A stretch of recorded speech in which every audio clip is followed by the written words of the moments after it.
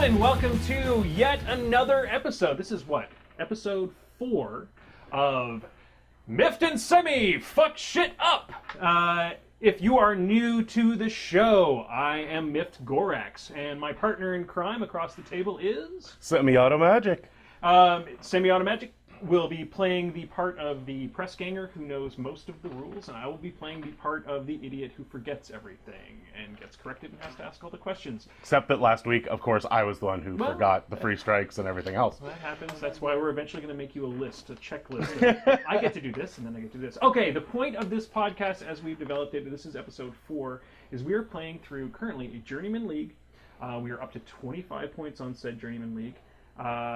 And the idea is basically that we are not the greatest players in the world, and we ask you, the audience, to tune in. And you can either tune into our Twitch stream live and give us a live feedback on our playing, and we love it when that happens. You can give us comments on our strategy, which is wonderful. And the main point is to catch our mistakes, because we are going to make mistakes. We are not the greatest players, but we are trying to become better. So it helps us, and it helps new players learn the game as well.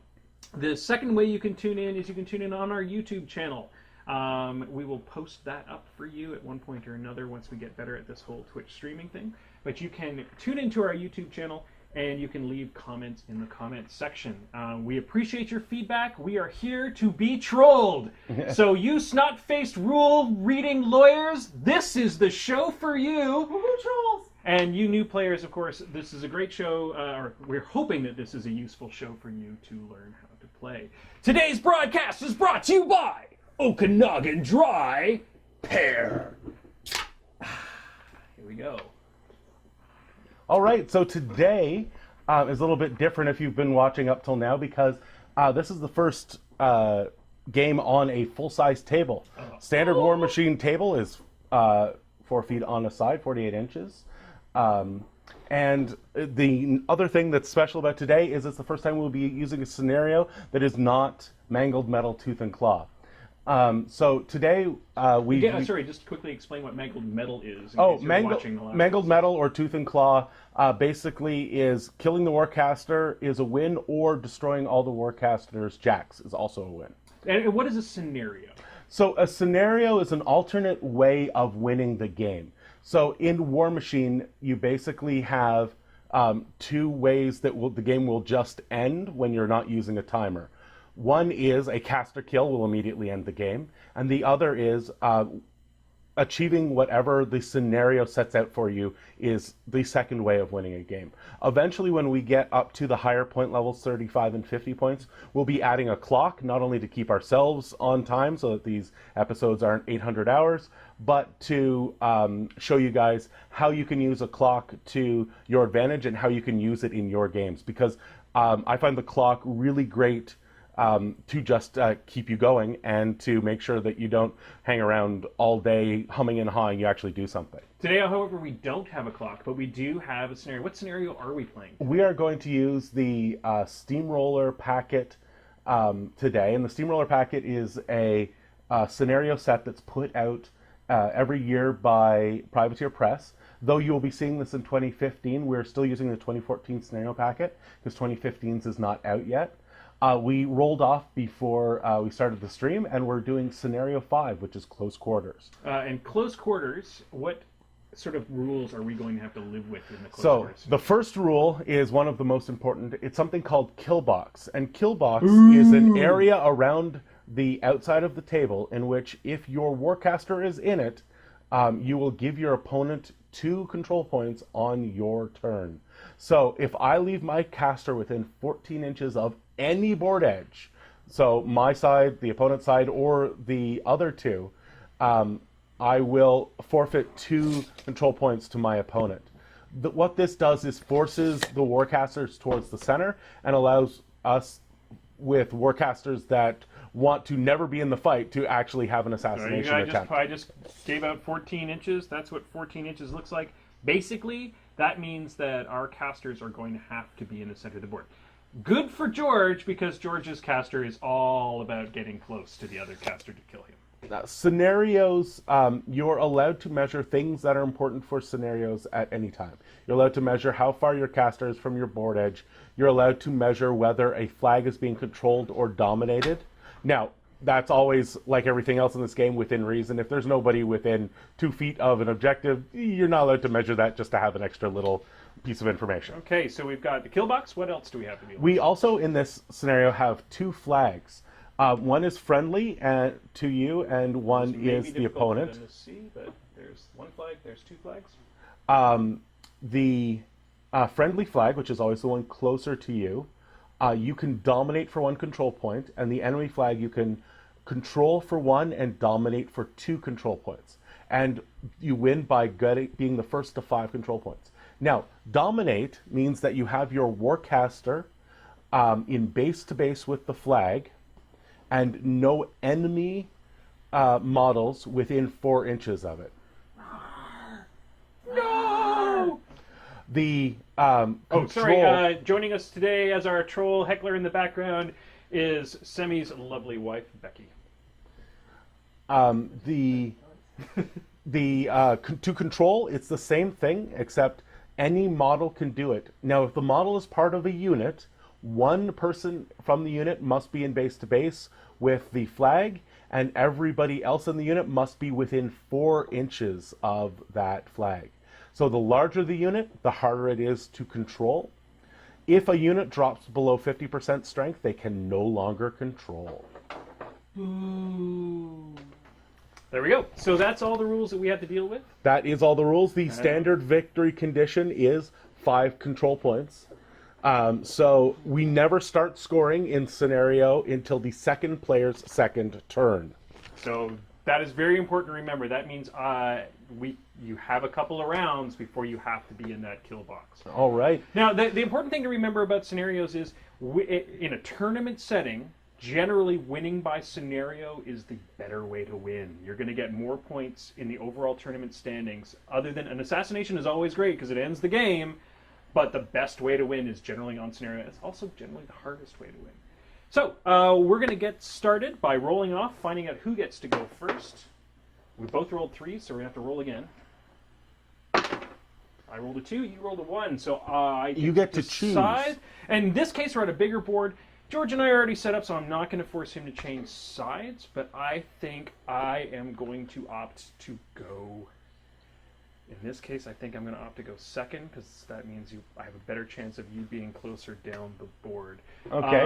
Now, in Steamroller, when you are the first player, you only get 7 inches to deploy, and the second player gets 10 inches.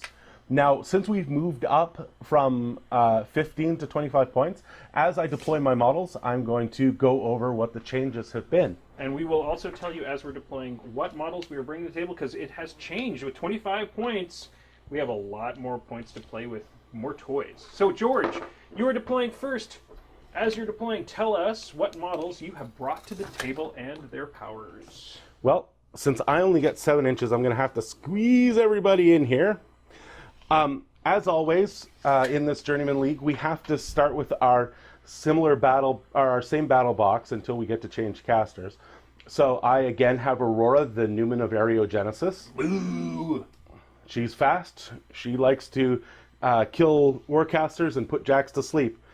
She has, along with her friendly Assimilator, who has the really nasty claw and that AoE that he can drop, and the Monitor for some long-range punch and some sustained attack in melee. One of the new items is who I'm deploying right now. This is an item or a unit called the Optifex directive. They're a really great support unit for Convergence.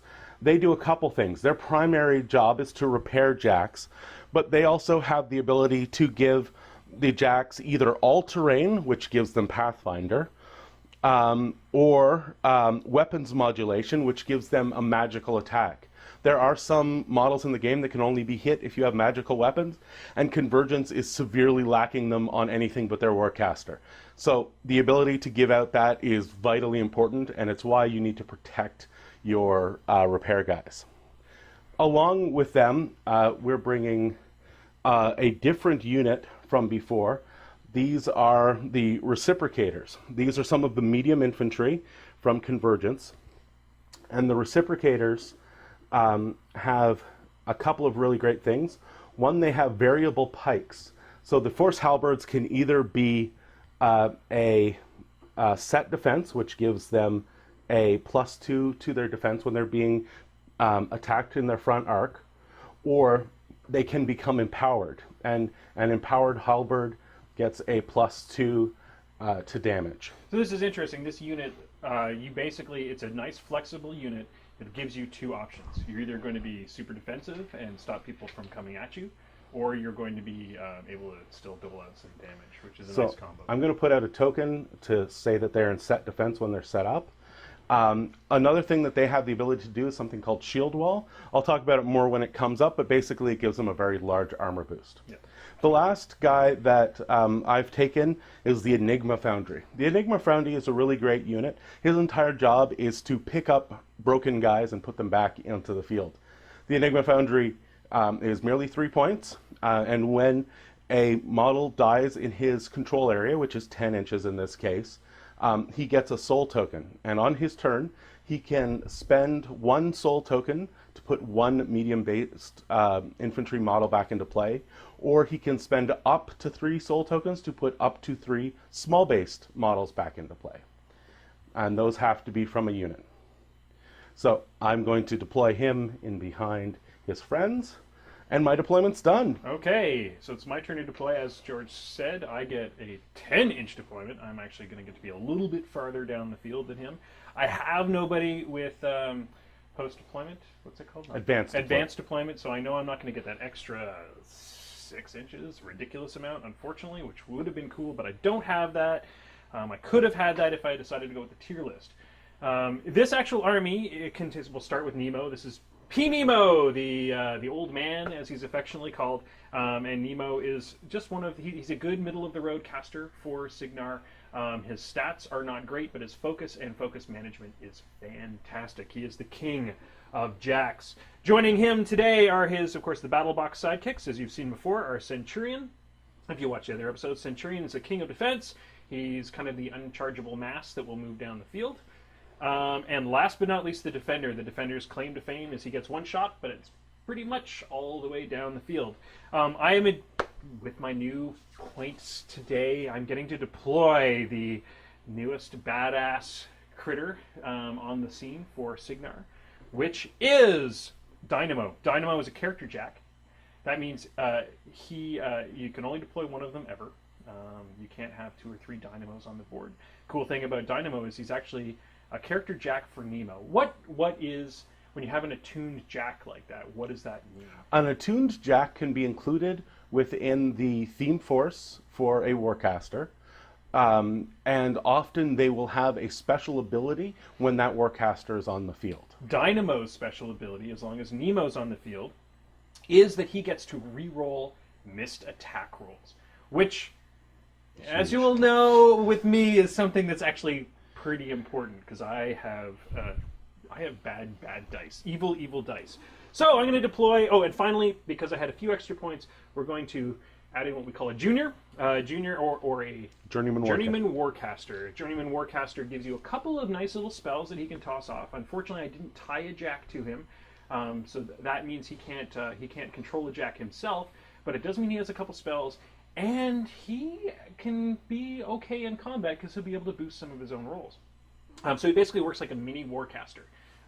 So I just have to deploy. So let's see here. Probably know him about there, him about there. Nemo's going to have to go down the field eventually, so we may as well go there. It's a really complicated lineup, as you see. And I'm probably going to tuck. There's almost 9 permutations of jacks that you could put out there. Yeah. So I'm deployed, George is deployed, and we are ready to go. I'm going second, so George, take it away. So I will start by replenishing my focus. Pull those dice back. Like any time you're playing Warmachine, you should try and make sure that you have tokens for everything that you're going to do out on the board. You'll notice that I've put a token to denote that they have set defense starting out. I can change that on their turn, but you should always mark how your effects are, even things that aren't spells, because that way everybody knows. My rule of thumb is if I stepped out to grab something for lunch and I get hit by a bus, could somebody walk in back into the tournament and sit down where I was and continue to play in my army? Not saying whether they'd be able to play it as well or as badly as I do, but they would definitely be able to know everything that I know on the board. So I'm going to start off by not forgetting my Field Marshal. My Field Marshal allows me to move all of my battle group 2 inches. So I'm going to apparate my Assimilator 2 inches, as well as Aurora and the Monitor. The battle group is only made up of the Warcaster, the Warcaster's Jacks, and any specialty characters that are part of the battle group. Nemo 3 has Caitlin, who I believe is part of his battle group, and Convergence has a Jack that is a support Jack that can be part of the battle group. So now we need to hand out some focus. We're going to give one to the Assimilator, because people are going to need to move around a lot. And then my allocation is done. The cool thing about Convergence, of course, as we've explained a few other times, is you're able to pass around focus. Yeah, whenever a Warjack spends a focus, it has the choice once per turn to induct that focus to another vector, which is what they call our Warjacks, that is within 6 inches of him. The thing about this is that's important to remember for the people watching is that this is part of knowing your army. Each army is going to have its own thing. For example, playing a Nemo list or a lightning list, as some people like to call it, means that I'm going to have a lot of disruption.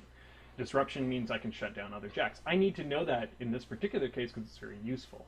And George's main power with, you've got a few different things with Convergence, but one of your big things is being able to hand around that focus. And that makes your or your focus management really easy. Really easy. So we're going to start off by running the Assimilator. The Assimilator is going to run up behind this house because he doesn't need to have line of sight to drop his weapon. Because he spent a focus to run, he's going to induct that focus to the Monitor. The Monitor is going to run his grand total of 8 inches forward. Get out in the open where hopefully he'll be able to take a shot next turn. Because he doesn't have another valid induction target, that focus disappears. Next up, we've got Aurora. Aurora is going to move up her 7 inches. And she is going to cast Admonition on the Monitor. Admonition allows a Warjack, when an enemy model advances and ends its movement within 6 inches of the target model in this model's battle group, the affected model can immediately advance up to 3 inches, then Admonition expires. Basically, when he gets charged, he can run away. Mm-hmm. And Admonition costs 2. Also, we're going to put up Transference. Transference is a cost of 2. When a model in this model's control area, friendly faction non-Warcaster warrior models can spend 1 focus point on this model to boost a melee attack or melee damage roll during their activation. It basically allows troops in my control area to boost. So that leaves me with 2 focus and both of my spells up. Both of my upkeep spells up. Next, my repair guys are just going to run because they get a bonus when they're in base-to-base with a Jack. They've got a 12-inch movement, so they can easily keep up with either of these slow-plotting Jacks. Next up, we're going to move over here to my infantry unit. The Reciprocators have a speed of 5, and they're going to run. Because they're not a Warjack, they're just a unit, they just get to run. So they're going to run their 10 inches forward.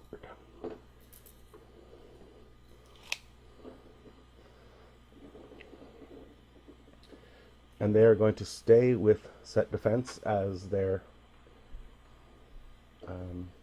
on their halberds. Mm-hmm. Oh. Why?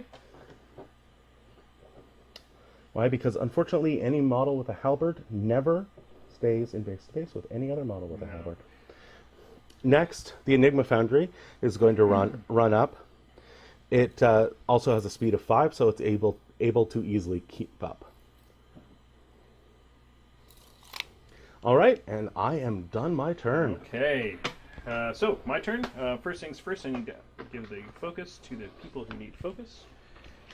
The Junior will have his 4. Nemo will have his 7.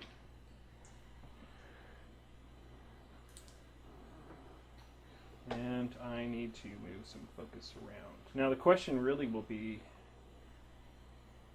with the movement of 5, it's not looking like I'm going to be within 10 inches of anybody with the guy that I need to be within 10 inches to do a ton of damage to you.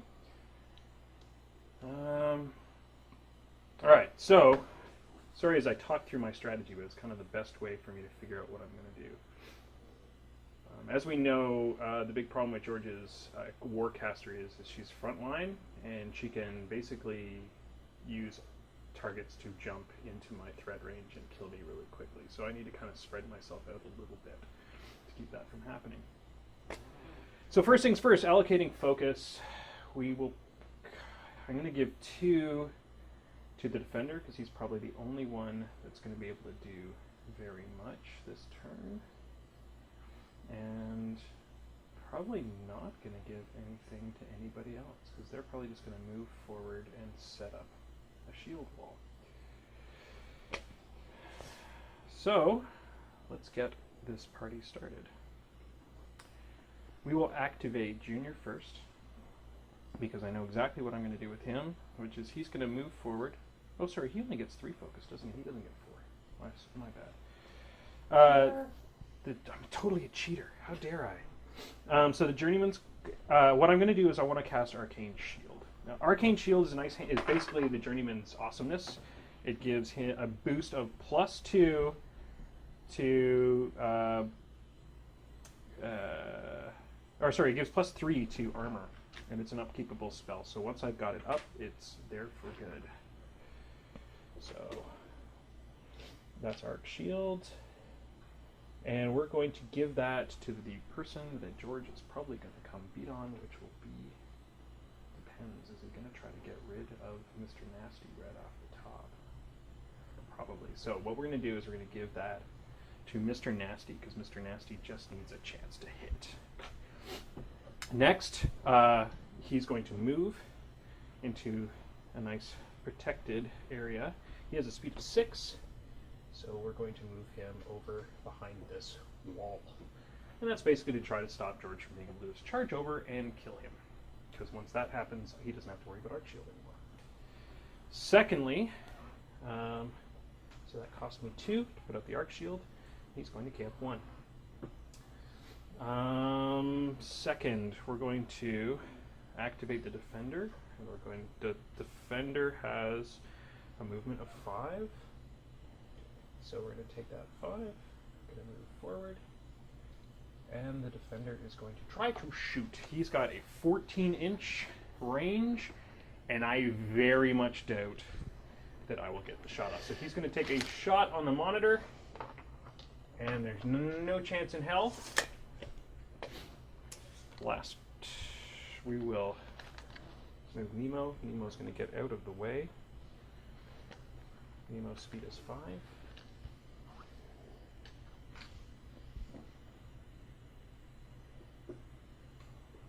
Nemo moves. Next, Nemo is going to cast Deflection. Deflection's a nice power. That gives all... Oh, that only gives Faction Warrior models. That doesn't give Jax +2 defense, does it? So it's kind of useless.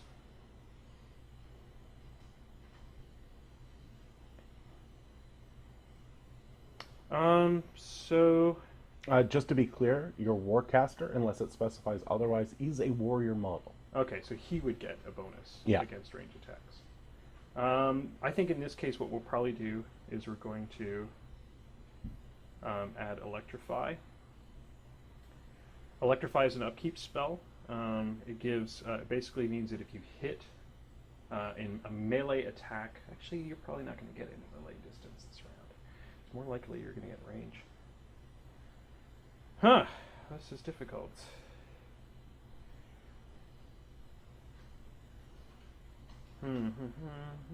So yeah. You know what? We will electrify. We're going to electrify. So cost of 2. Going to electrify the defender, just in case you do happen to somehow get up to him. That will allow you to, when you do the attack, you get pushed back die 3 inches and will take about 14 electrical damage roll. And finally, we need to activate these 2 guys.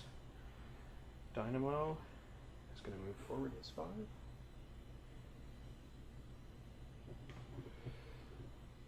And finally, Centurion. Centurion's going to move forward his 4. He's going to get base to base with Dynamo, and the reason for that is anything that's base to base with Dynamo becomes protected against electricity. I don't know if George has any electrical attacks, but it's not a bad idea. And I'm going to use my polarity field, which means that I cannot be charged from anybody beginning in my front arc. So we will put the polarity field up. Okay, and I think that's it for me, George. Your turn. All right. So at the beginning of my turn, I refill up to the 7 on my focus. I'm going to spend 2 of those, 1 to upkeep transference and 1 to upkeep admonition. Because they're upkeep spells, every turn that they're out, you have to spend 1 of your focus to keep them going. Next, I'm going to do my field marshal so that everybody gets a 2-inch placement. So this guy is going to place up there. All Convergence players, or all Convergence Warcasters, have a field marshal. Field marshal gives you special power that allows you to do fun stuff. And George's particular one is being able to, at the beginning of his turn, just move everybody 2 inches. Everybody in my battle group. That's important. Group, that's right. And the nice thing is it's a place effect, which means he doesn't have to worry about free strikes, things like free strikes, line of sight, terrain, all that stuff. So once everybody's moved up their 2 inches, we'll just catch their tokens up with them.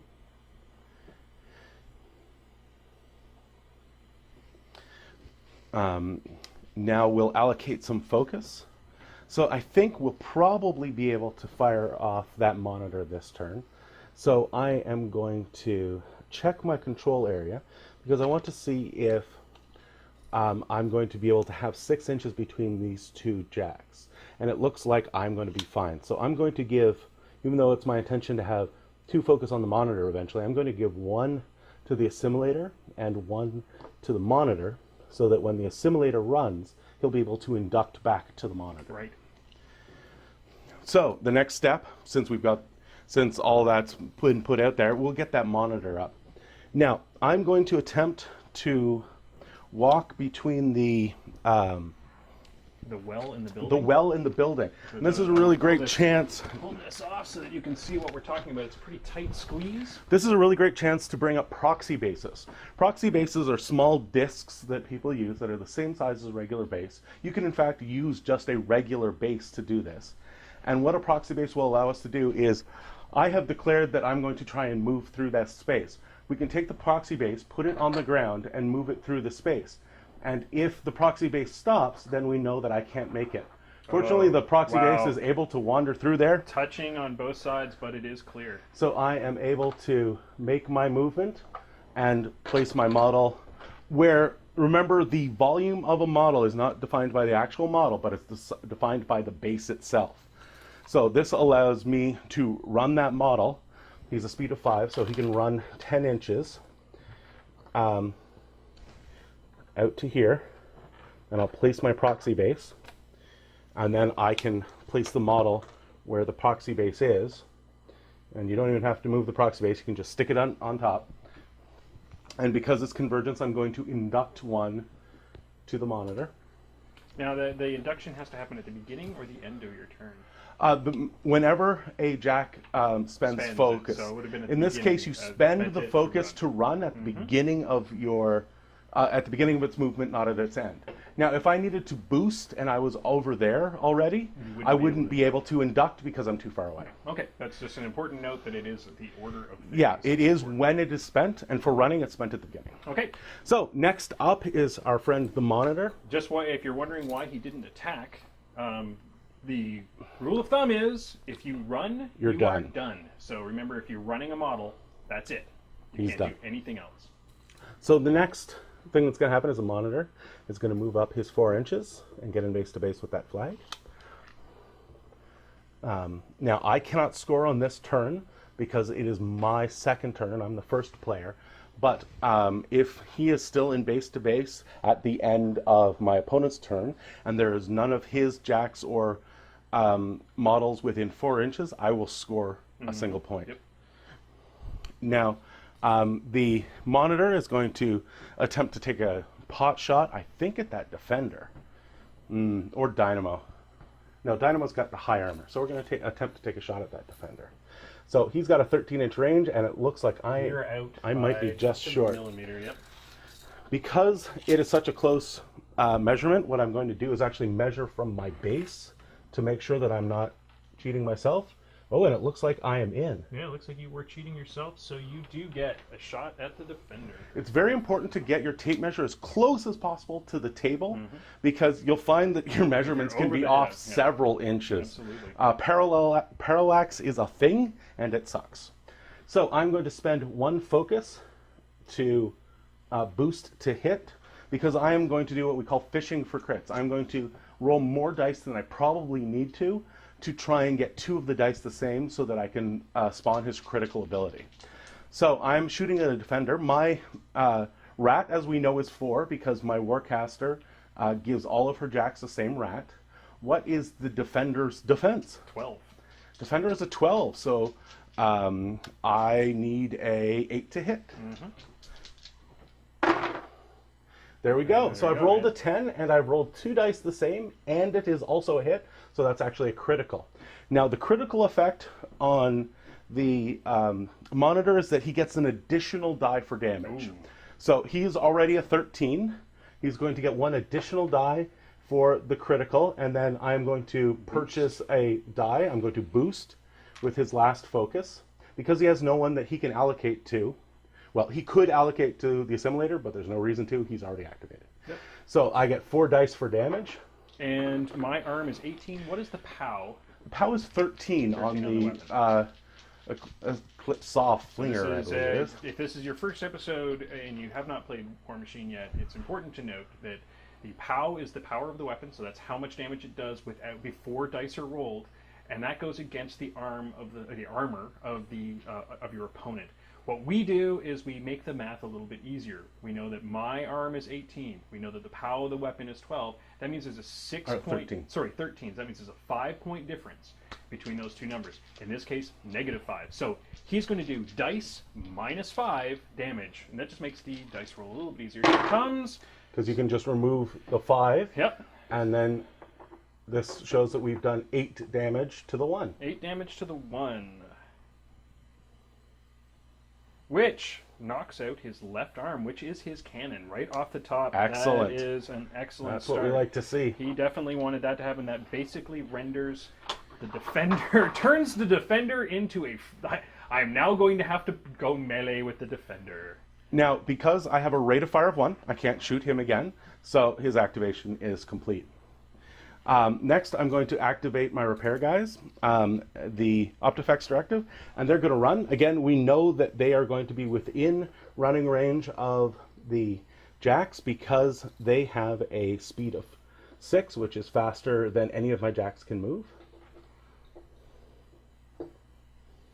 This guy is going to have to run 5 to there, and he has more than enough to reach the back of his jack friend. Now, they are a unit, correct? They are a unit. So that means, to explain units, because this is the first time we played with units. You did play with... Yeah, you did I had play the Angels. The Angels, but units have to stay in formation. Explain what that is while you're moving your units. So unit coherency requires that a unit stay within the command range of the commander.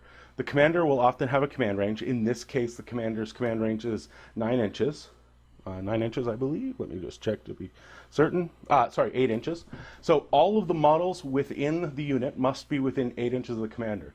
With this unit, it's relatively easy to tell who the commander is because there's one model that has a different pose than the other ones. So I have to make sure that everybody is within 8 inches. You can move units out of cohesion, but then very bad things happen. All friendly upkeeps on them dissipate. You cannot target them for friendly upkeeps and spells, but your opponent can still target them with upkeeps and spells, which is bad. Yeah. Okay, so you have one more unit to move, and the... Well, I've got one solo unit and a caster. Yeah. So next, my Warcaster is going to just fly up and sit on that flag. Now I'm going to again use a proxy base just because of the size of her model, and I'm going to place it. She has flight, so we don't have to worry about placement because she can fly over obstacles. But because of the size of her model, we want to ensure that she is where she's supposed to be.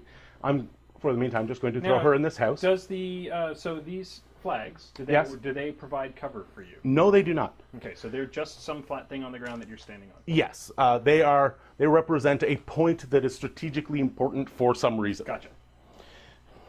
Barrel of monkeys. Monkeys are very strategically important. Very strategically important monkeys. So the next thing that is going to happen is I'm going to activate. Oh, I am going to cast True Path for.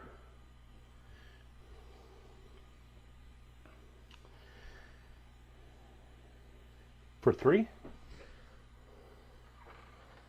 and True Path gives all the infantry in my control area +3 or +2 to their speed, and Pathfinder when they charge or run.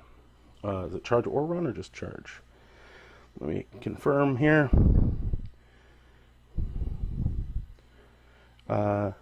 And Pathfinder, so they just get Pathfinder as well. Pathfinder allows them to ignore things like walls and anything that would give them a problem in terrain. So next, these guys, they are going to stay with their set defense and they're going to run. Now, because they've gotten +2 movement, their total movement goes up from 5 to 12. Or from 10 to 12, sorry. Their speed stays at 5, but they can move up to 12 inches. So they are going to form a line. Tactics, I see. Yes, it did look like I was just placing my Warcaster in the open with no way. Yeah. Because these are medium bases, they will actually block line of sight to my Warcaster, who is a smaller base. Yep. And they are going to do the same thing. Again, because these are troops with halberds, none of them will be facing in the correct direction, but I am going to be facing them all forward towards you. One of the things, because Warmachine is a game with physical models, you often have to make allowances for physicality. So things like these halberds just being a real pain in the butt. But the way to deal with that is always to agree with your opponent. You say, the point of these is forward. Even though their shoulders and their arc markings are all over the place, they're all facing at you. Yeah. And that allows both people to know what's going on. Yep. You're always playing a game with your opponent, not against your opponent.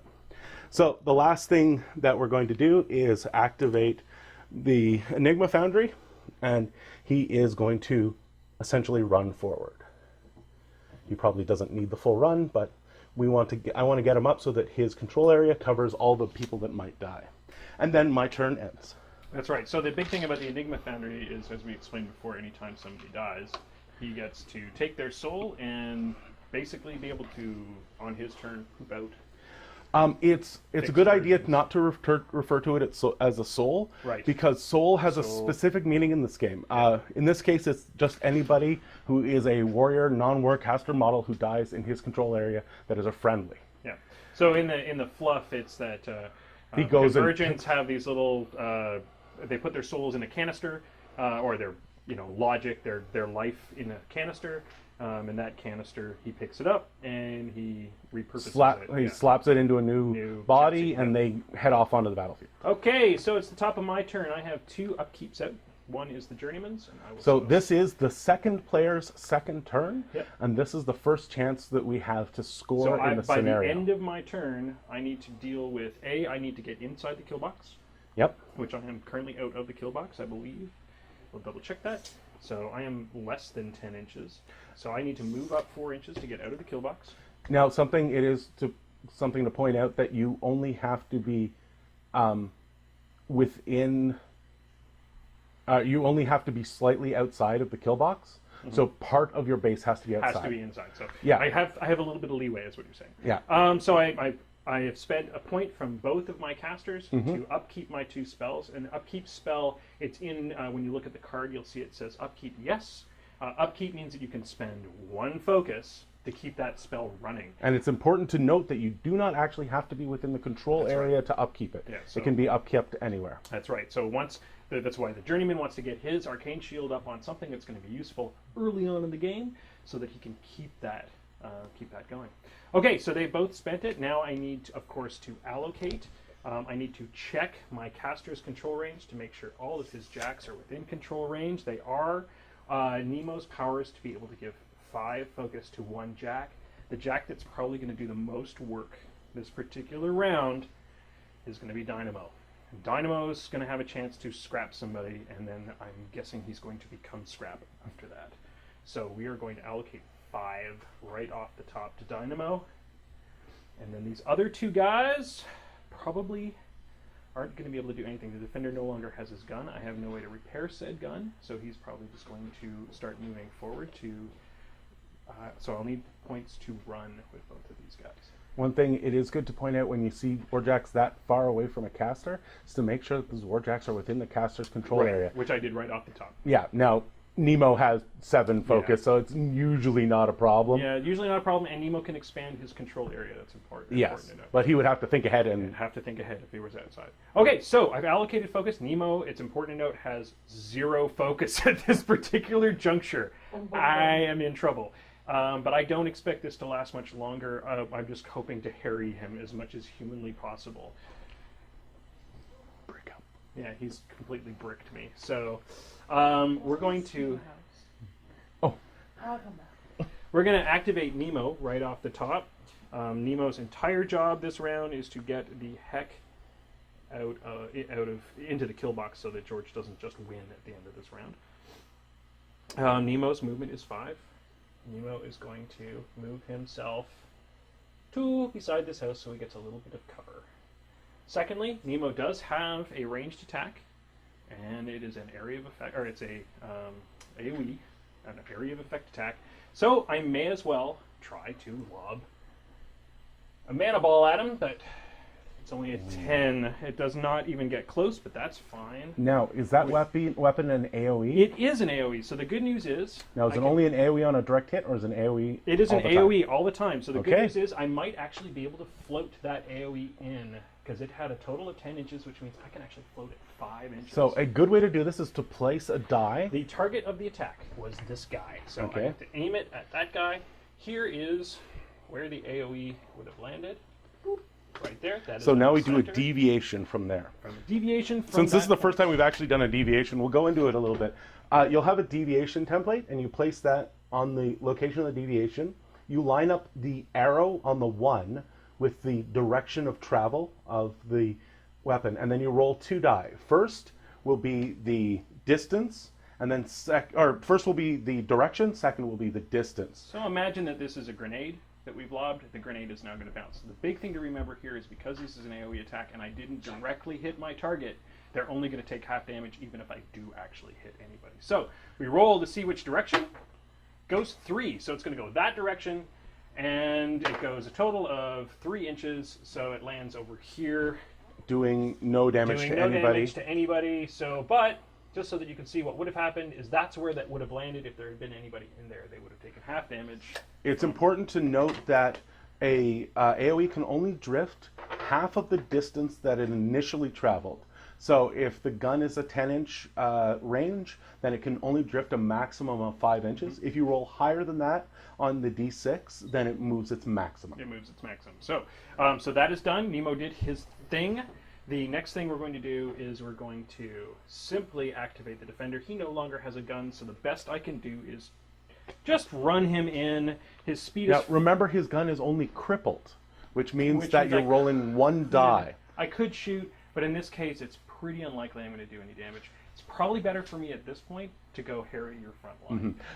A lot of people make that mistake. When something is disabled, it's not gone. It just means you're rolling one less die on attack and damage. Very important to note, but remember in this particular case, one less die on attack and damage is it's kind of deadly. Not going to do a whole heck of a lot. So he has a movement of 5, which is a 10-inch move. I am running, so I will be able to move right up into his line, which is right there. Now, something to note, all of my models in that front line there, the Reciprocators, all have reach. So not only is the 2 models directly in front of the defender engaged, but this model and this model, because they're within 2 inches, are also engaged. So, what I'm doing here, and I'll explain this to people who are wondering why the hell I did that, it's pretty simple. The defender is probably going to be scrapped next round. The one thing I feel like he's useful for at this particular juncture is gumming up your strategy. Him standing right there means all these guys are engaged, and because he's got a disruption hammer, if they try to just move away, it's going to cause him issues. So I'm hoping that that will keep whatever plan he has from happening.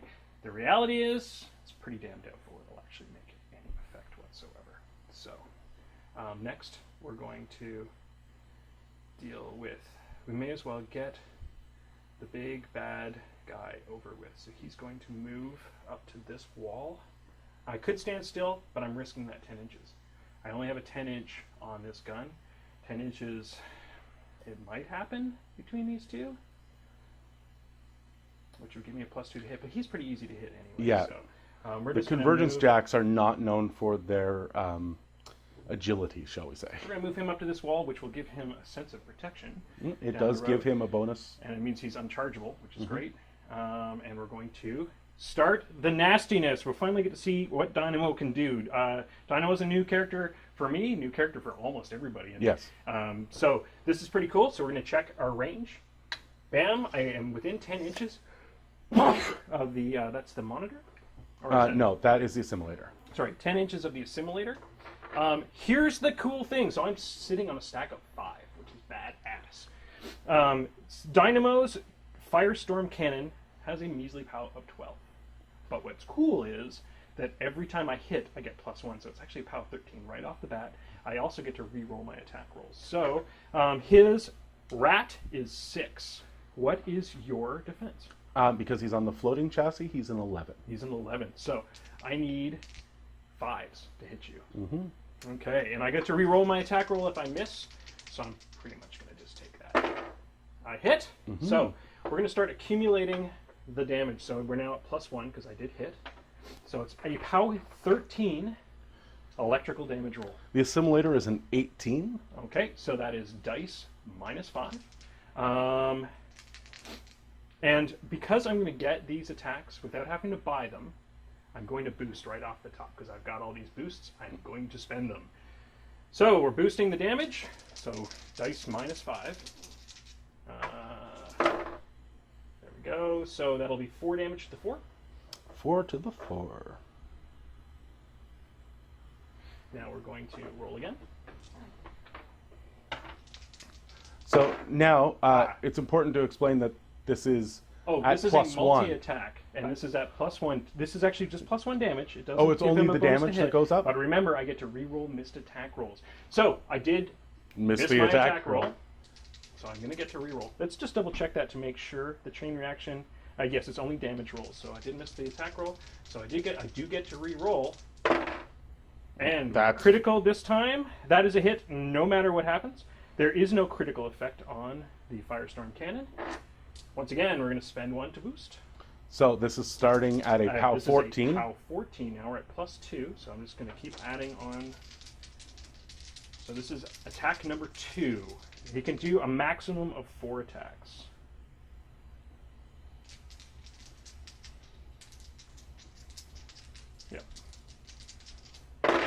Oh, not a great one. So this is dice minus, what did we say, 3?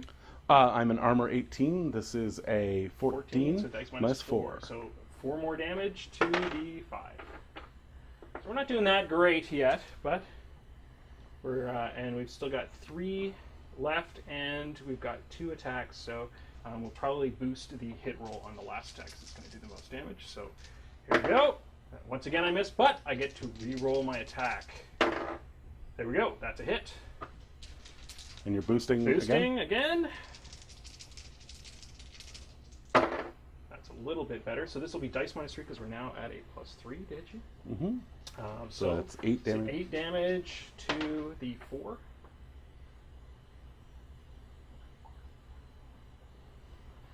Next.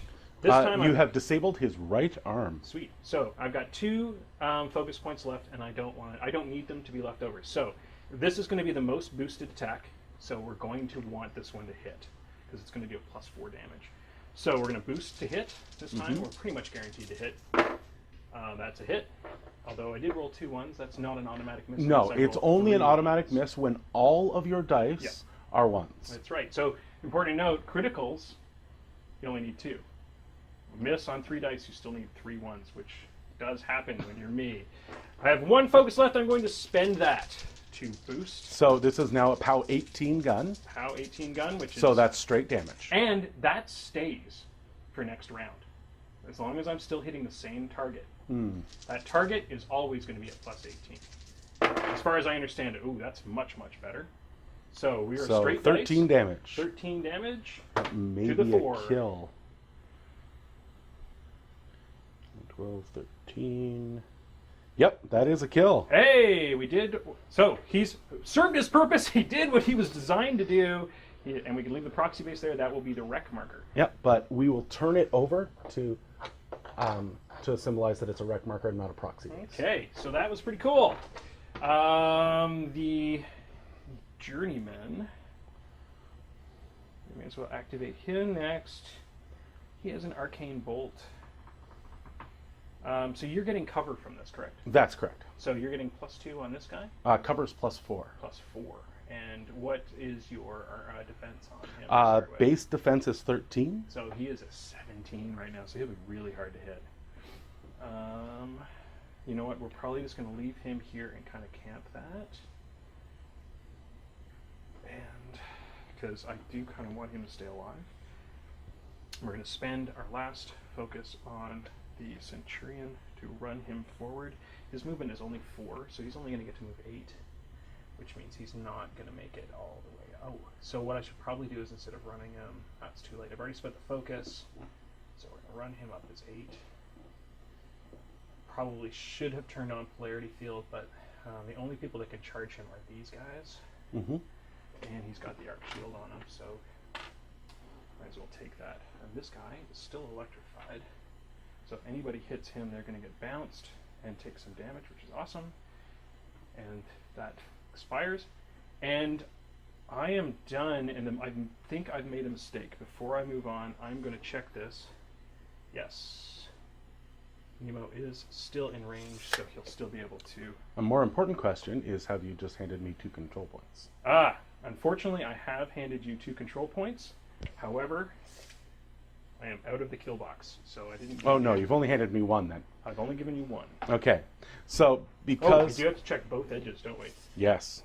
Yep, I am out of the kill box. Okay. So, we are safe. I have left myself in a position where I can most likely still control my guys at the end of this round, depending on what happens.